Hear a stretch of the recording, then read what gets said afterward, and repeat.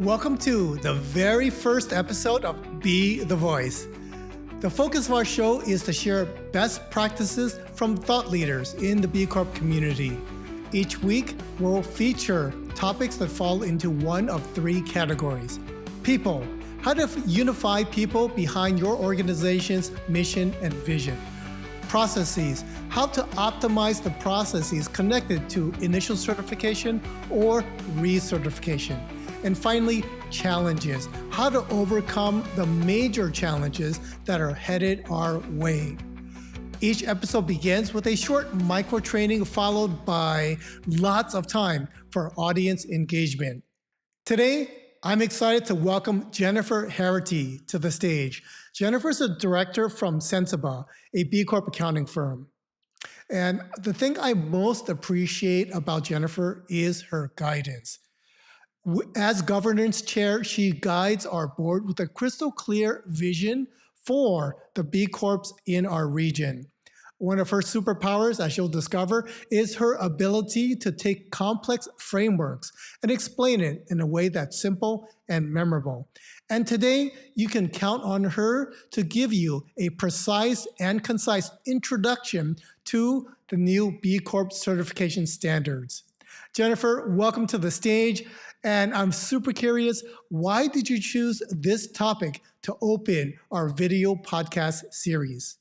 So why am I starting with this topic? So probably because a lot of our following episodes are going to be on the new standards. So I wanted to start with just a level set of what we know now as we head into March when these new standards are going to drop, right? Because, when we had the commenting periods that came out where we got to review different drafts of the standards that they were working on, not everyone got to see those drafts and not everyone knows about all the new areas and the new requirements within those areas and what the areas are. So I thought just to go ahead and give those a bit of a cover so that we're all on the same page as we start to move forward and really dig into each individual little aspect as we go on with different episodes as we go throughout the year after we get copies of the finalized standards in March. So to start with, we're going from 5 areas to 10 areas, okay? So some of the areas have gotten expanded, right? Like instead of just environmental, we have climate action and environmental stewardship and circularity, a little bit expanded. Workers, we now have fair wages, human rights, and JEDI. So lots of expansion on some of these areas to really dig in and make a greater impact. So there are what I would say 10 areas as opposed to the 5 before. So the first area is foundational requirements, right? Are you even eligible, right? So are you serving or work within a controversial industry? And there's lots of great information out there. B Lab has done wonderful articles around controversial industries, what they consider a controversial industry, and how to continue with certification if you do play in any of these industries. So you really need to look at that because there are some guidelines and there are some industries that do make you ineligible, right? Are you able to do the legal shift? Right? Are you able to meet those minimum legal requirements? And, have you completed the BIA? Are you engaging in any IBMs? These are the foundational requirements that are in Section 1. Section 2 is purpose and stakeholder governance. So have you defined a public purpose, right? Have you, do you consider all the impacts of all stakeholders when making business decisions? That's one of the tenets of becoming a B Corp. Do you have adequate grievance procedures, right? Receive, respond, seek resolution for your grievance policy. Do you manage your marketing communications and as a good steward with all of that data and advertise responsibly, right? And then just things like that, things about being transparent around your social and environmental performance and any progress you've made on any targets that you've set. The third area, workplace culture. Right? So digging into that worker area that we're familiar with, but we're expanding it, workplace culture, enabling workplace dialogue. Do you have social dialogue back and forth with your workers, right? Are you hearing their voice? Seeking feedback, continuous feedback. What are you doing with that feedback? Stuff like that. What are you measuring? How are you measuring your culture, right? Employee satisfaction, employee engagement, things like that. Fourth section, fair wages. This is a little bit of a new one.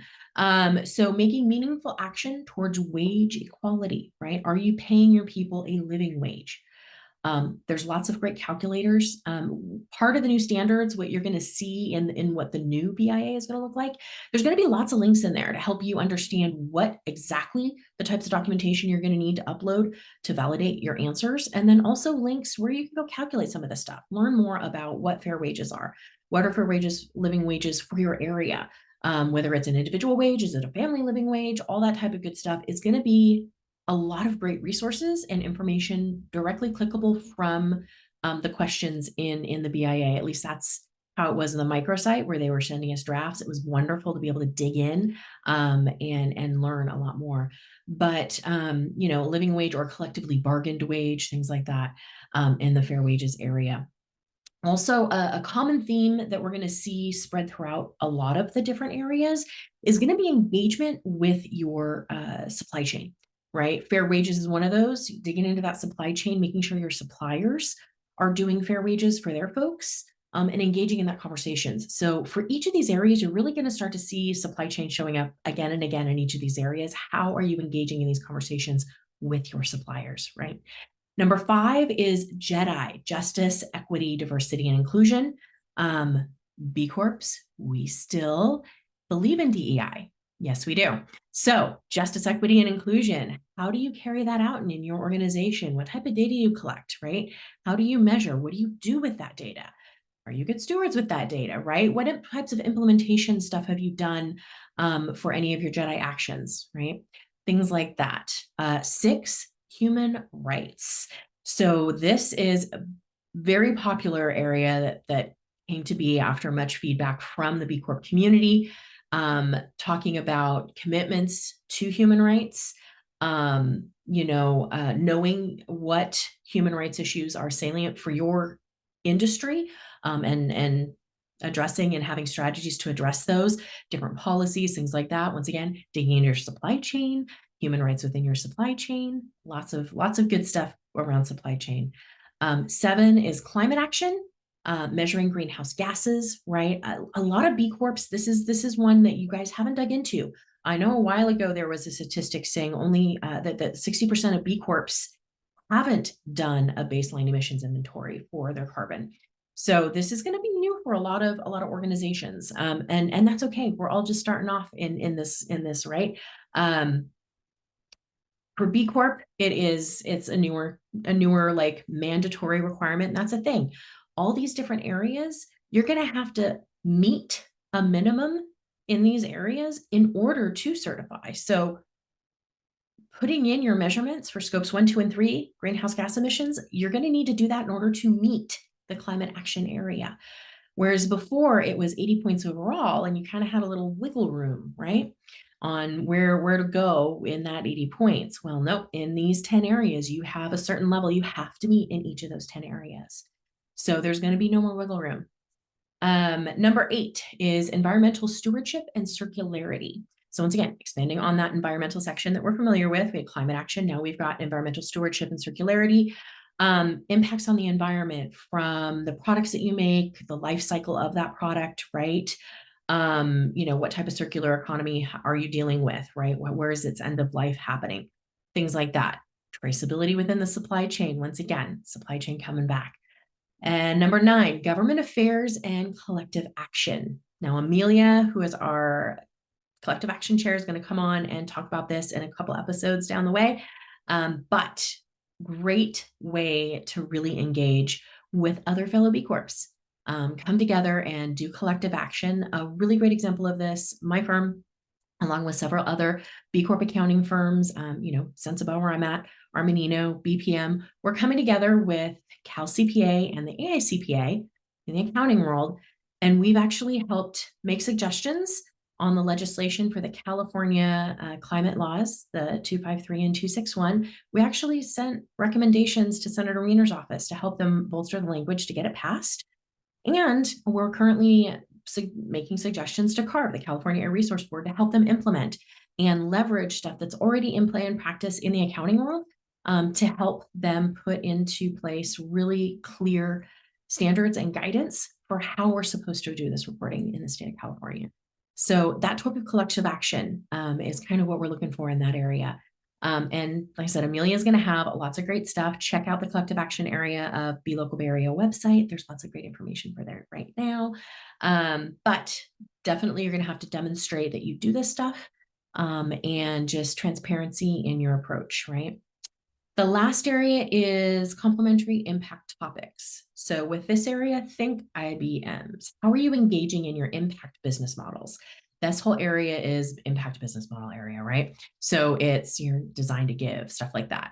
So any impact business models that you currently are elected into, definitely look at those, make sure that those same guidelines and the new standards are still applying. You know, those do shift every once in a while. So you want to make sure you're still holding to the guidelines for that impact area. And then check out some others. You might be surprised what other impact areas that you evolved into or might want to evolve into, right? Give yourself some stretch goals there.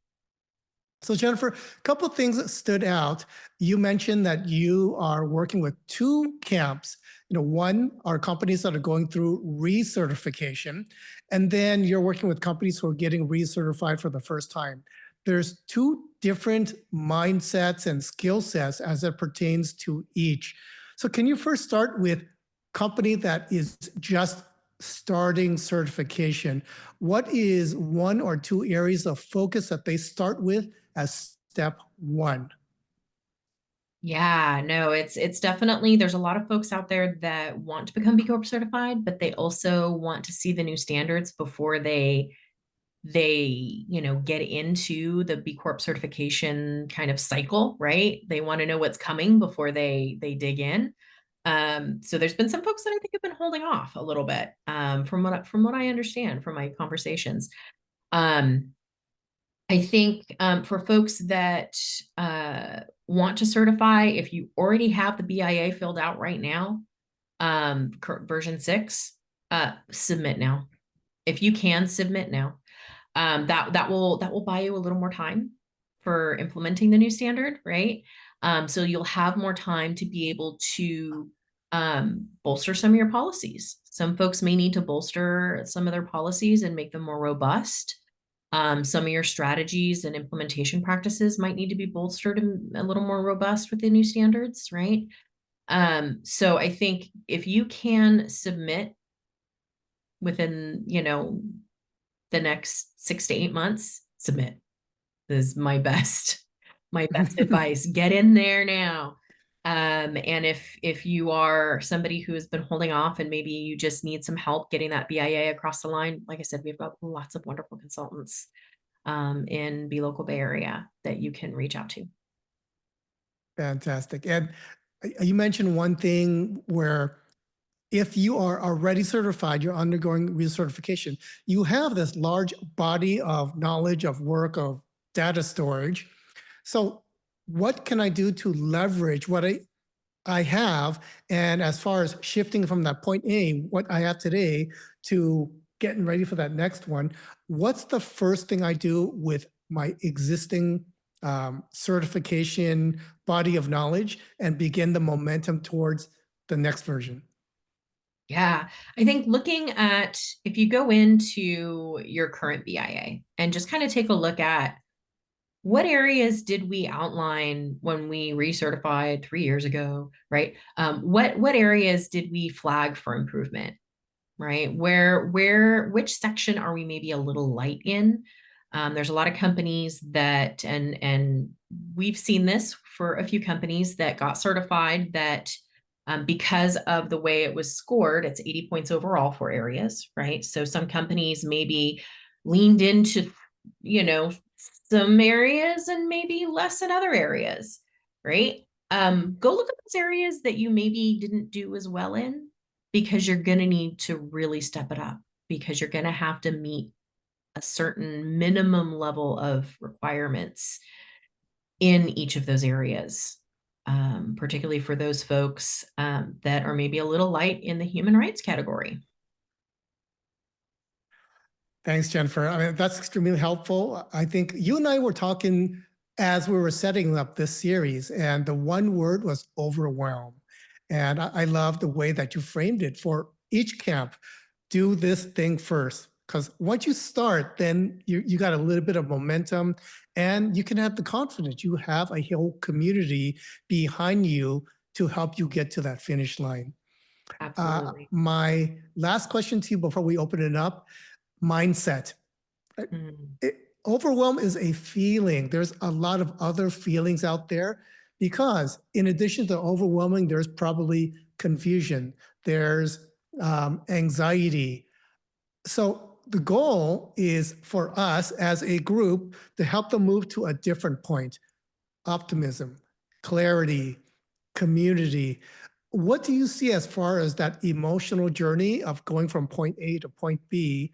And more specifically, do you have any best practices so that I can stay grounded in a good place and know that at some point I will get to that finish line?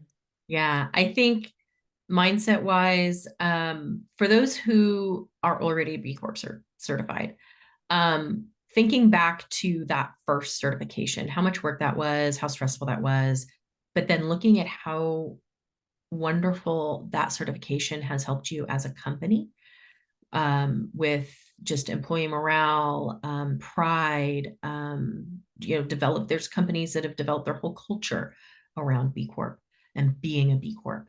And, I think these standards have evolved and matured, just as ESG and sustainability, ESG standing for environmental, social, and governance, has matured over the last few years in the globe, right? Sustainability has matured, I would say, faster in the last 4 years than it has the past 10 before it.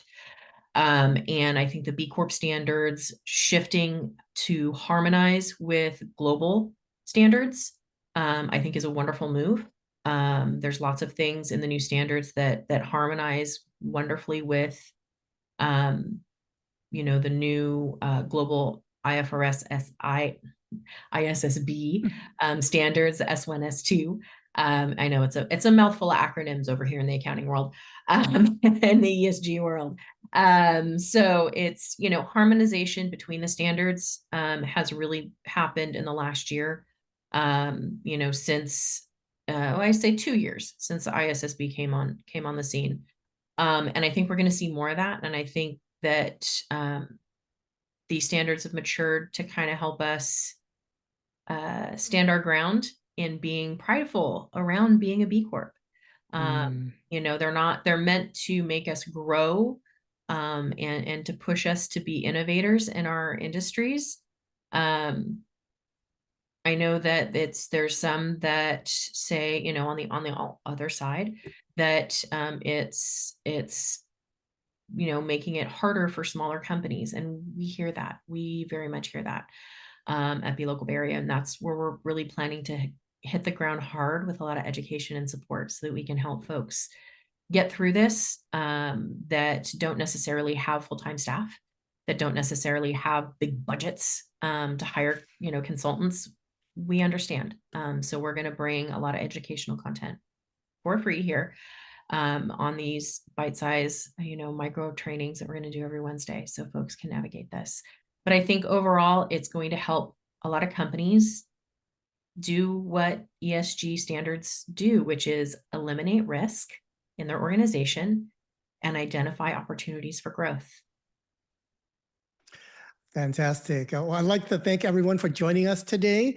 Jennifer, I'm going to turn it over to you for your final invitation. As governance chair, you have a vision for B Local Bay Area. How could our viewers, whether it's right now or those watching on replay, engage with us and really benefit from the value of community?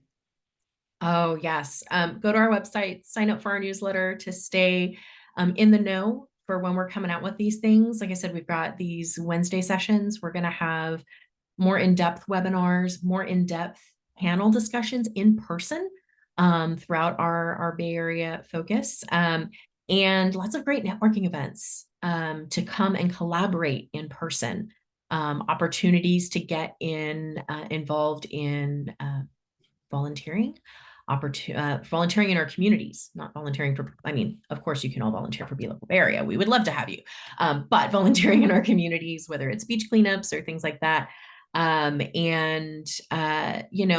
Sign up for the newsletter to stay tuned for all of that, as well as we are planning a BLD for fall of 2025. And for those who aren't familiar, it's like the annual Bee Champions retreat that we have every 2 years, but on a little bit smaller scale. It's a full day or a half day, I'm still planning that out, where we get to come together in person to network and learn together and talk about innovative best things that are happening within the ESG sustainability world, to bring into our B Corp certifications and how to kind of push the boundaries of what we're doing as B Corps. So it's a wonderful day to come in and just be with your tribe at a time when it's kind of hard to find safe places to be with your tribe. So just come and join us and just be. Thank you, Jennifer. So everyone, once again, thank you. We highly encourage you to join us next week. I'm so excited to be in conversation with my co-chair, Katie Taylor. She's going to be highlighting B Corp Month and all of the different wonderful and creative ideas we can share with you about engagement. And we look forward to engaging with you on that podcast. Thanks, everyone.